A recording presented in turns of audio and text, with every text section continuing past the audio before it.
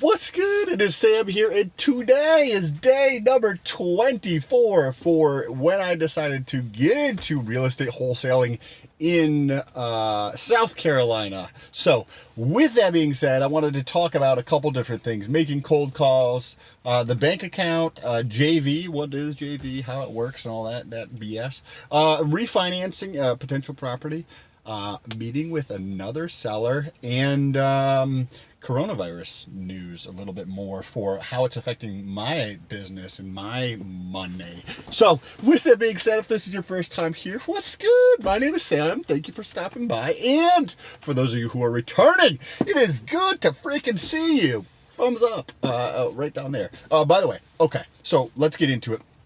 Today, this morning, started out with refocusing on the things that are going to move the needle the quickest in terms of wholesaling. Down here. So, for about 2 hours this morning, made cold calls straight with my business partner, and we made over 220 cold calls, so that is good. Tonight I'm going to be setting up the framework for tomorrow, so we have more cold calling to do every single day, because cold calling is going to be the primary thing that is going to drive deals. We need to talk to more people, and the vast majority of people just don't want to put in the fucking work. Like, I don't give a shit if somebody hangs up on me or tells me to fuck off. I had this one call earlier today. Never called this person before. Call the person. They pick up the phone. And they're like, "Don't fucking call me anymore." Click. I was like, "Never called you before." and every single time I get somebody who's pissed off, it honestly makes me laugh. Like, it's actually fun because you get the craziest people on the phone. And it's interesting. Like, you take all the addresses you have and you skip trace them, which is basically using essentially public data bases to find their contact information, phone numbers and email addresses, and potentially mailing address is if they have a different mail address relative to what the property address is that I'm calling about. And so you can use each one of these different avenues to reach out to the person. So I will be setting up the text message campaign for all the calls that we've done. So there's probably like, I don't know, around 700 numbers or something to go through and send those text messages out to. Because most of them you don't actually get into contact with. So it'll be interesting to see what the results are on there, because text messaging is less abrasive for a lot of people, in the sense that it's easier to just send somebody a text message back than it is to pick up the phone and talk to somebody, because people find picking up the phone and talking to somebody super intimidating, whether that's somebody who just doesn't want to take action on their life, or whether it's somebody who owns a property who might find it harder to say no to somebody on the phone, where you can say no to somebody on a text message very, very easily. I just want a dialogue. If you're not fucking interested, cool, I'll just go on to the next person. I don't give a fuck, just let me know. So did that today, super productive. That was a win for today. If I didn't get anything else accomplished, it would have been a fucking awesome day right there. However, did knock out some more things. If you've been following along, I opened up a business bank account so that I could and deposited some money in there to essentially incentivize to get a BLOC, which is a business line of credit, which they had mentioned it takes generally about 24 to 40 hours. At the 3 or 4 or 5 day mark, I figured that they were probably going to say no. It's a brand new business. Now, a lot of the times when you're doing banking of some sorts of anything related to credit, whether it is a loan or a line of credit or a credit card or anything along those lines, most institutions are going to ask for 2 years of tax returns. And with a new business, you don't have 2 years of tax returns. So you generally, if you're in real estate or whatever, you might rely on private money or hard lenders or whatever it's called. And so I want to be able to use this. The terms you're going to get from a bank are going to be more advantageous than the terms you're going to get from hard money, versus, like, if you were to say the Spectrum, where you're going to, the bank is probably going to have the easiest terms, but it's also going to be the most challenging to get. Then you're going to have private money, and then you're going to have hard money, right? And hard money is going to be where sometimes it's just going to be a higher interest rate. They might even want points on a deal. They might want a higher percentage down in terms of skin in the game, where private money might be from friends or family or relatives or acquaintances or things like that. And that might be a little bit different. But there's actually companies or individuals that run companies that do hard money lending. It just the terms on those, it's super easy to get those relative to a bank. But because of that, right, it's easier to get, which means the terms are going to be worse, right? Where a bank is much more challenging to get, so the terms are better. But tomorrow, the cold calling is going to be banks, and primarily tiny little banks and credit unions. So I'm going to be creating I've already got about 20 plus banks on there. I'm going to be adding to that and creating a list of real estate agents in the area and FSBOs, which is the for sale by owners, so that we can reach out to all of those in the morning. I want to have a list of phone numbers. It's a minimum of 150, right? 150 phone numbers, so that I can really the more people we talk to, the more business we're going to be able to actually do. And everybody else has my money and has the knowledge that I might not have to get something accomplished. So we closed out that bank account because they declined us. And then tomorrow we are actually going to be getting into all of the calls on that. So that's going to be interesting. The girl who set it up, I just let her know, like when she called me, because I had called 2 days in a row. She didn't call me back. And then she finally followed up like in the afternoon, probably before the closing, because she probably didn't want to be like, hey, you didn't get approved. I don't know. People tell themselves these stories and then they get scared to get on the phone. And so I just let her know when she called back. Cool, like I appreciate it and everything, but honestly, we're probably just going to do business with a bank that wants to do business with us. So we went in there, closed it out today. I don't think she was super happy to see us, but I did appreciate it. You just got to do the right thing for you, period. Across the board, no matter what, do what's right for you, as long as it's legal and ethical, in my opinion. So one of the interesting things, this past weekend, we updated the listings for Craigslist and Facebook, but instead of just updating the listing that we had, we actually created brand new listings, because the algorithm with Facebook lists it a little bit differently, I believe, at least from like what I've seen and what I've read. If it's a brand new listing versus is a relisted thing that's just been updated. So creating two brand new ones on Facebook, and running an ad to that, as well as a brand new one on Craigslist. Now, we dropped the price a little bit for the contract. So we've got a contract for purchasing a property, and that is going to be closing relatively soon.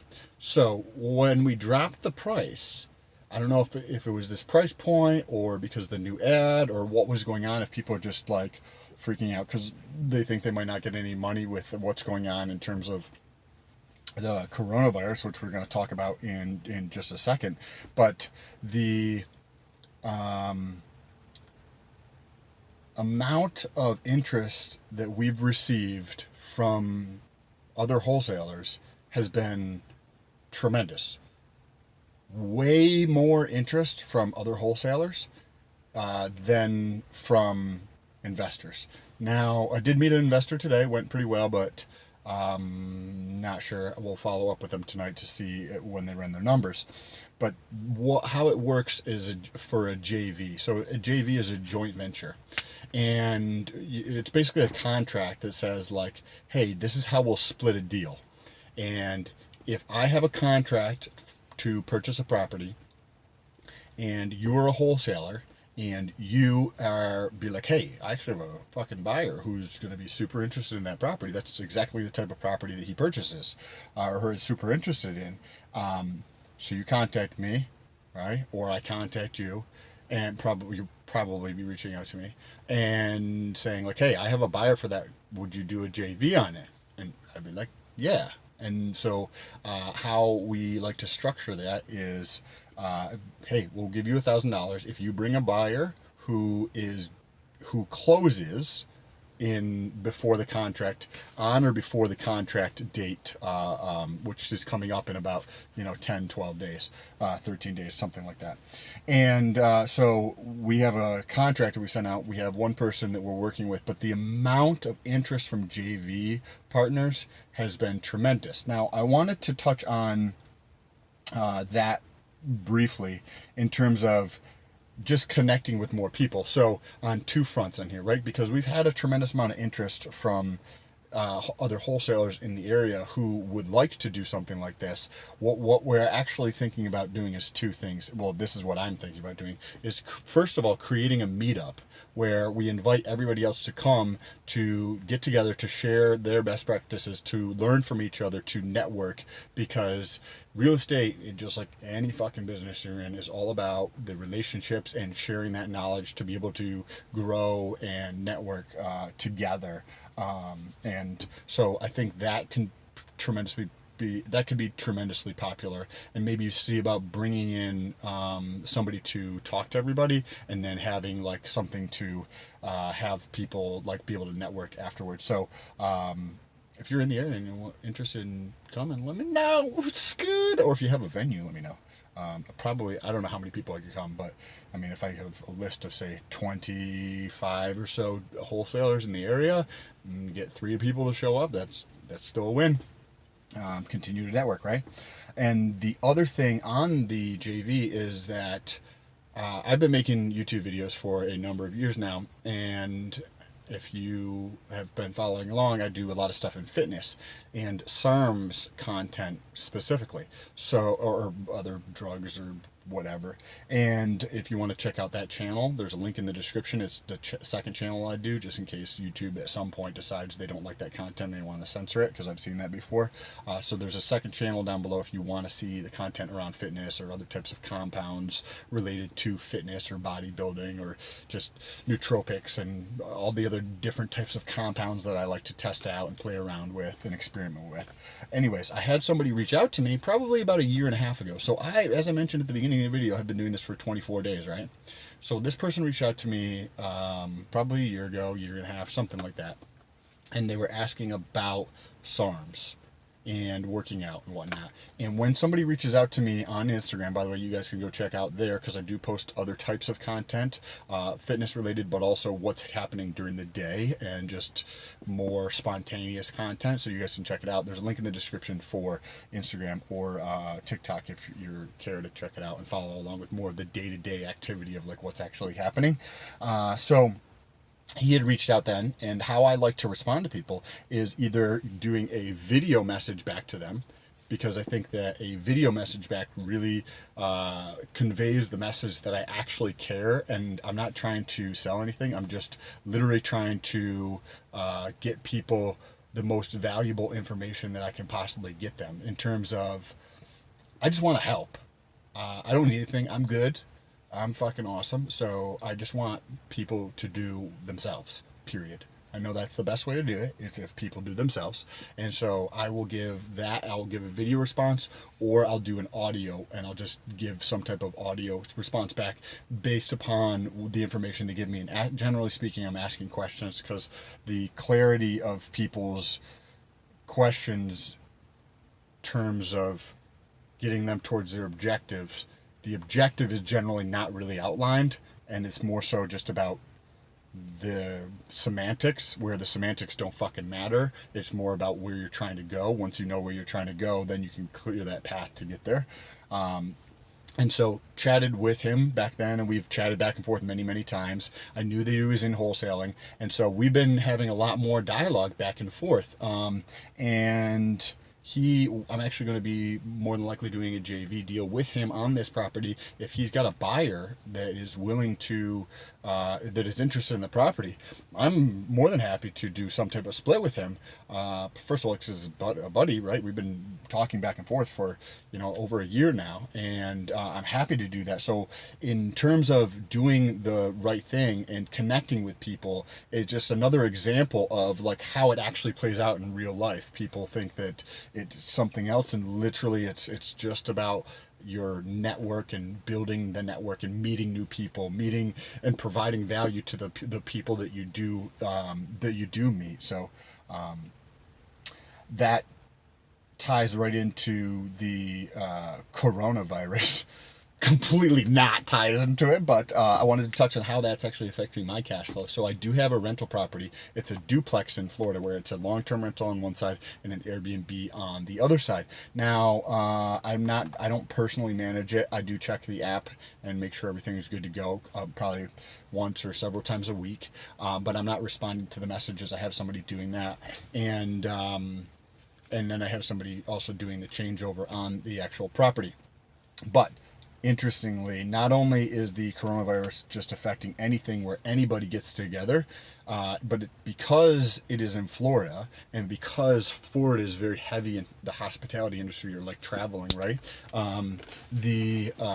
I've actually had, in the past week, I've had 2 people cancel their reservations for the Airbnb. So I think that this is going to present, as we go through this, right? If we use China as an example, right? It happened in about 3 months. It went fucking sky high, right? Then it started to flatten out, and now it's starting to slightly come down in China in terms of the cases that have been reported for the coronavirus. And if we use that as an example, we say the U.S. is going to be about the same as the 3 months, because why would we say they might be about the same?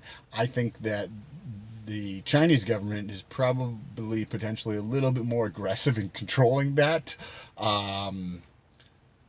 than the U.S. government might be. So we'll just use that, and we'll say that, like, we can match that, right? Now, what that means is we've had maybe a week or 2 weeks, right, since people have really started freaking out. And the number of reported cases per day in the United States has continued to go up at a exponential rate. So if you don't know what exponential means versus linear, think of linear as just like this, where exponential is more like that, right? So you have something like this, and it's increasing at an exponential rate. That's what's been happening with the daily reported cases for the coronavirus in the United States. So if this continues, say, for 3 months, we're going to go through some crazy shit. And also, when this all settles, whether it's 6 months down the road or a year and a half down the road or whatever, it's going to be a completely different society than what it was. Think 9/11 and how that completely changed how we travel. Think 2008 and how we do loans now, and the financial industry and all the regulations associated with that, and the scrutiny with that. So this same thing is going to happen with the coronavirus. After this is all said and done, things are not going to go back to the way they were. They're going to be completely different.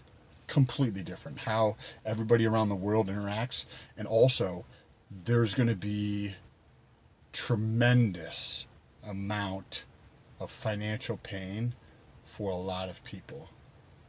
If you have, so I heard that so this is actually from the airline industry, that the airline, I think it was United, is cutting their capacity by about 50%. So United has around 100,000 employees. And say if their annual run rate for revenue is around 10 billion. I have no idea what their annual revenue is, but if you say it was 12 billion, right? About $1 billion per month, assuming that there was no seasonality associated with travel, right? And you go from what you were at to 50% of capacity, and you have 100,000 employees. That gives you, anybody who's run a fucking business can understand that that's going to be some serious fucking issues. And that's a giant company that has access to capital and lobby groups that they can get money and other incentives from the government, versus like a restaurant where their weekly traffic might be several hundred people. And so say if you have 100 people on average per day, where that would probably be skewed till Thursday, Friday, Saturday, Sunday. But so say you have 700 people that come into a restaurant and get food a week. And if that's cut down to half, or as in New York City's case, where you can't even do that anymore, and everybody's doing, you're only allowed to do takeout, there's going to be a lot of people in fucking financial pain. What does that mean? opportunity from people who are distracted, and they're thinking about conserving. They're thinking about staying in business. They're not thinking about expanding. They're not thinking about how can I grow? How can I get better? How can I expand my business? How can I take advantage to get more customers? What can I do to be creative? How can I be resourceful through this process? So there's a tremendous amount of opportunity that is going to be presented to people who are ready to take action, people who have capital, people who are willing to put in the work, people who are creative and resourceful over the next several months. So ask yourself where you want to come out of this whole process, what happens over the next several weeks and or months, or 18 months, potentially 24 months or something. Now, in terms of that property in Florida, and then we're going to touch on the seller meeting that I have scheduled for tomorrow. But I potentially might be able to get financing on the property down there. I do have a partner on that property, so I just had a conversation with him tonight about potentially refinancing that property or doing a HELOC on that property and pulling the money out of that property so that I can use that to acquire more real estate in South Carolina.